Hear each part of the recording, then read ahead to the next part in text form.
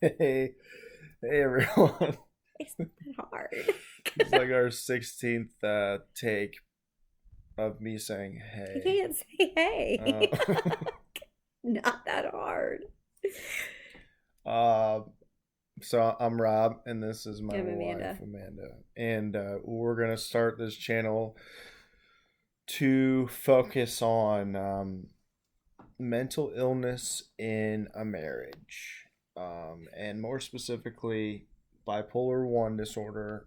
And Amanda has and or is, depending on where we end up with this discussion today, but I'm gonna guess it's gonna be has um, bipolar 1 disorder. So today we want to talk about the label of whatever the mental illness is. Received a message recently from somebody who is, suggesting that I don't say that my wife is bipolar as if it's something that she can't overcome, or it's a label that is limiting, and, puts her into a box in which she, I guess won't feel like she can rise above. If the label is bipolar disorder, is there a, I mean, does that automatically place a limit on someone's expectations of themselves? I think it's a really interesting discussion. I think we definitely dealt with it a little bit. I think when we first started seeing each other, and um, it was interesting. Just I'm not sure if it. I'm not sure how much it has to do with the label, but I think that you definitely had sort of limited expectations of Yes. yourself, Yes. right? Yes. Yes. I had limited expectations. But, a lot of that was due to, um, just years and years of self esteem issues um, that stem beyond bipolar as well. Just issues as adolescents growing up. And, um, I think that that was definitely not. I think that the value that I placed on myself, um, I was having issues before I even was diagnosed with bipolar disorder. Mm-hmm. You see what I'm saying? So, you know, um, but I would say that I had limited expectations. I would say I still have limited expectations. I mean, I'm able to do a lot more than I did when we first started dating. And I'm pretty confident of that. I've become a wife and a mom, and I think that I'm pretty good at that. Um, and I've moving to Chicago, kind of moving away. I think we lived in Chicago for several years, and I think that helped kind of open my eyes to like being a little bit more confident in who I was. Um and I think that was kind of, it was like I didn't have a choice. I mean, I lived there by myself. I mean, we lived there alone. We didn't have any family, so I Mm-hmm. had to. But I would say that I still have limited expectations because when you have a mental illness, the truth is you are limited. Yeah. You are limited. Right. You Yeah. know, Yeah. you have to take medicine. Right. You know, you have to get enough sleep. Yeah. You have to. I mean, if you don't do those things, you will unravel very quickly. Right. So you have to be on top of things. You really have to have a good system set in place. And you have to be kind of like on your game. I mean, you got to take your medicine every night. You got to make sure you're sleeping. You've got to make sure you're eating well and exercising and doing all the right things, because it's so easy for people to just kind of like fall apart, especially during times like what we're going through right now with the whole coronavirus. It's just it's hard. And it's really difficult for people who struggle with mental health issues because of the anxiety and the depression. Mm-hmm. So, there is a limitation.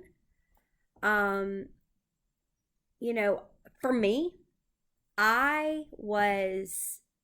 when they told me, when I got diagnosed with bipolar disorder at 19, I was the first emotion that I felt was relief.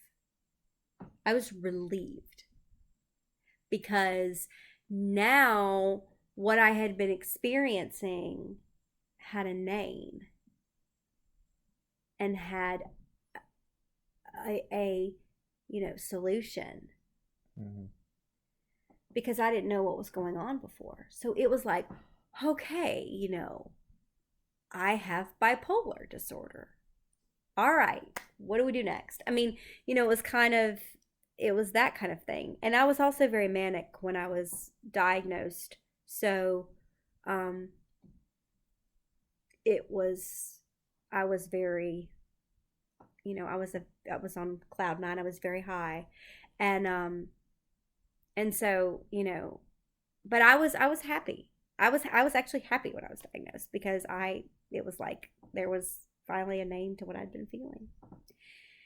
Some people don't feel that way. So do you think that, like the message said, do you think it matters if you label yourself, you are bipolar, or you have bipolar? Do you think about those things does it make a difference to you? Not to me. But that's just because I don't consider anything that I am or that I have to be an entire representation of my personality. So everything is just a part of it. So whether I am, I am smart. Well, that's just a part of me. Or I have hypothyroidism because I do. Well, that's just a part of me. It's all just a part. So for me, the I is not a big deal. But for a lot of people it is. And I do understand that. I do understand that because people don't want to be labeled. They don't want to think, they don't want people to think that, because when you say I am, people tend to think that you're saying from your core, well, who you are, what you are, that that bipolar is just a part of you. It's not who you are. Yeah. But in a way, it is who you are. I mean, it is part of who you are. And in my opinion, and the way that I dealt with it is I just accepted that that's a part of who I am. Right. That's a part of who I am. It's going to be for the rest of my life. Yeah, and actually, I think that, you having accepted that, I think in a way helped our relationship evolve over time because, I think at times it was hard for me to accept the new sort of things that I was having to deal with, with being a partner to somebody with a mental illness. And so, you being so firm in the fact that this is, who I am and what I am, and it's not going to change. I think that helped me kind of get to that point. Yeah.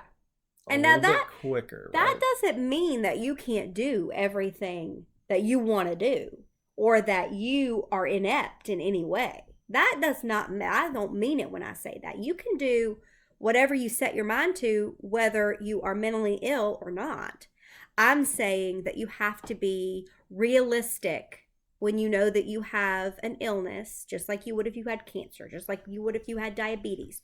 You know that you have an illness and you know that you have to manage it and you have to take care of it every day. And that's something that you have to pay attention to. And so sometimes when people say things like, well, I'm not this, I'm not my illness, I am, it's, it it almost seems a little bit like a denial. I mean, it's not, because I understand why people do that, but at the same time, just be real with yourself. Just say, this is who I am, okay? And this is not, this is not gonna make me, break me. It's just who I am, and I just gotta manage it. It's part of who I am, not completely, but it's part of who you are. Yeah. Just, I mean, it's. I think it's simple, but and I don't get offended when somebody says I am, I have. I mean, that doesn't really matter to me, because in the end, I mean, just like people who have autoimmune diseases, I mean, they have it. Right. Yeah. You're gonna say I am my autoimmune disease? Or I have an autoimmune disease? I mean, I guess you wouldn't say I am. No, you do say I am whatever autoimmune disease insert.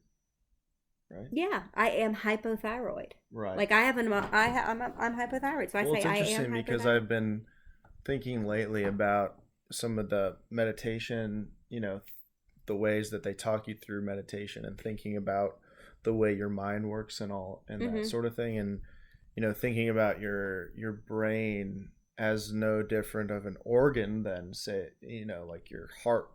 So if you concentrate hard enough, are you able to stop your heart from beating? No, of course not. Yeah. Well, then why do we think the brain is any different than that? The brain thinks automatically. And so I got distracted from my point. What were we talking about? I wasn't listening to you. So I can't tell you. Yeah. I think. No, what were you saying? I was saying that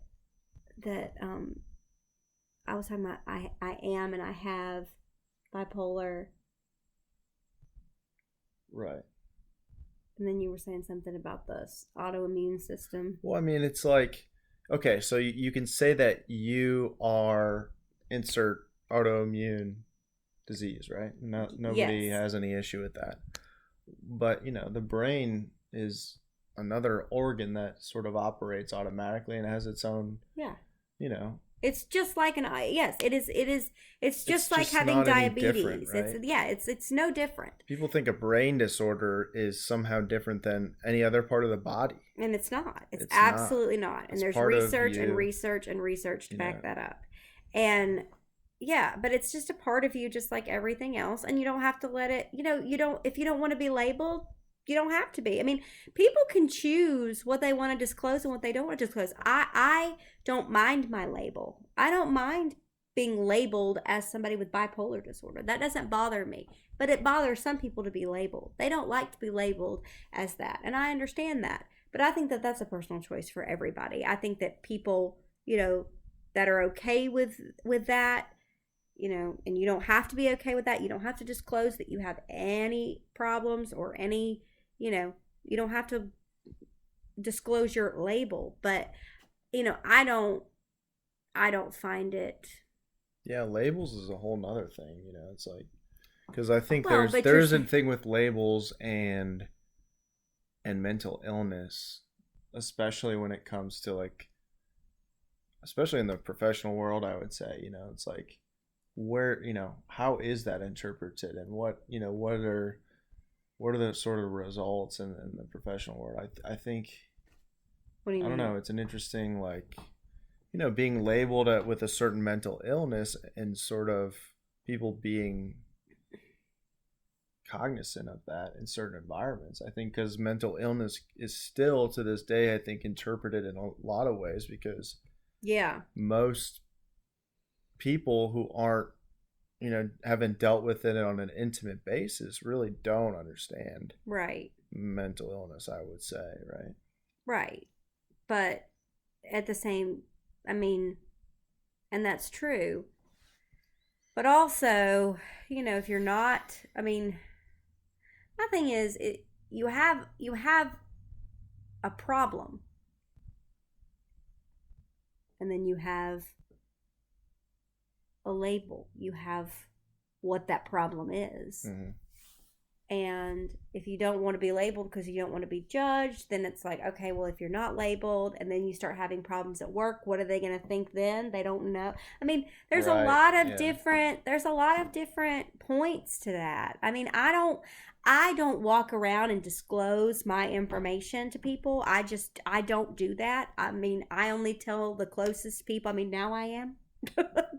Because I was roped into it, but I don't usually go around. I mean, I never, go around and say a lot of stuff about it, and that's just my own personal choice. And because it's pretty well manageable with me on my medicine and doing all the things that I need to do. But if somebody asked me, I would have no problem saying that I have it. I also have had it for a very long time. So I've had a lot of time to sit with it and decide what I wanted to do with it and live with it. I mean, I've had it. I'm 33 and I was diagnosed when I was 19 and I started having problems with it probably when I was like 12 or 13. So, I mean, most of my life I've been dealing with it. Mm-hmm. So, I mean, to me, it's not as big of a deal about the whole label and the whole thing. I just say I have bipolar disorder because it affects my mood. It affects. I mean, I'm hospitalized sometimes because of it, because of the mania or the depression part. Yeah. So it can be a very, very center part of my life.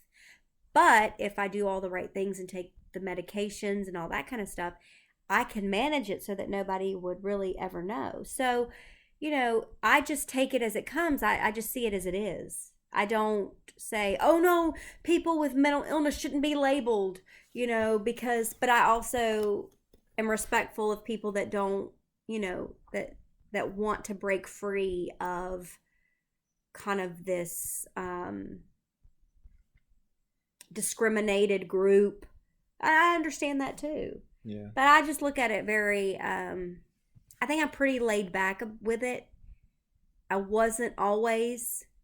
I used to be much more fighting for the rights of the mentally, I used to be much more. Oh yeah, you did. And now I'm not. Years of, it's just, this is who I mean, I am who I am, and what happens, is what happens. And I don't, get caught up in all that. I try not to, so. But do you have any more questions for me? No, I think that was really. So, really point takeaway: if you are offended by people saying "I am," fill in the blank, then you don't have to. You don't have to say that. You can say I have.